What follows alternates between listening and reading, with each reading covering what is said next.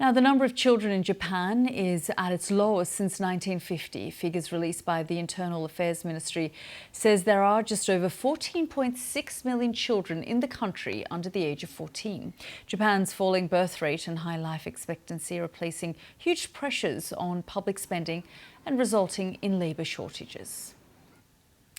Our global population correspondent Stephanie Hegarty has been looking into the story.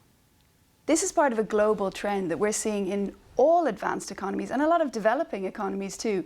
And it's dating back to after the war. As more women enter the workforce, they decide to delay having children, and they have less children as a result because the window of opportunity for having children is shorter. But what we're seeing in Japan is that this is accelerated. I mean, the Japanese government didn't expect to be seeing these numbers until about 2028. So it's accelerating quite rapidly.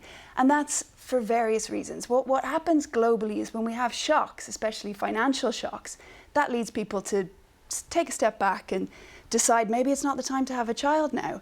And we saw that in the 2008 crash, saw that in the late 90s in Asia, and we saw it during the pandemic. So these patterns are definitely accelerating, and what tends to happen, what happened after 2008, is people don't go backwards. Once a society decides to have less children, they don't tend to then go back to having more later.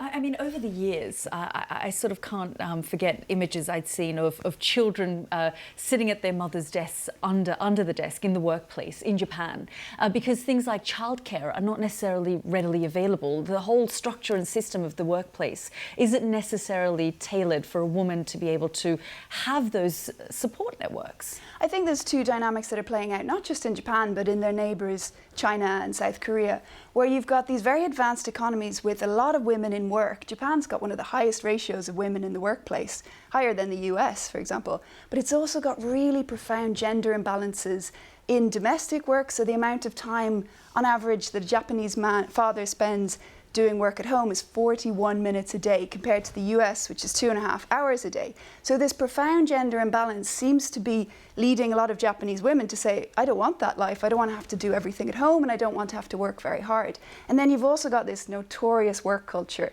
where people are expected to really put in the hours, and that's just not compatible with family life. That's our correspondent Stephanie Hegarty reporting there. Well, that's it from me and the team here on Impact. You can catch me on Twitter. I'm at BBC Yalda Hakim. Goodbye for now.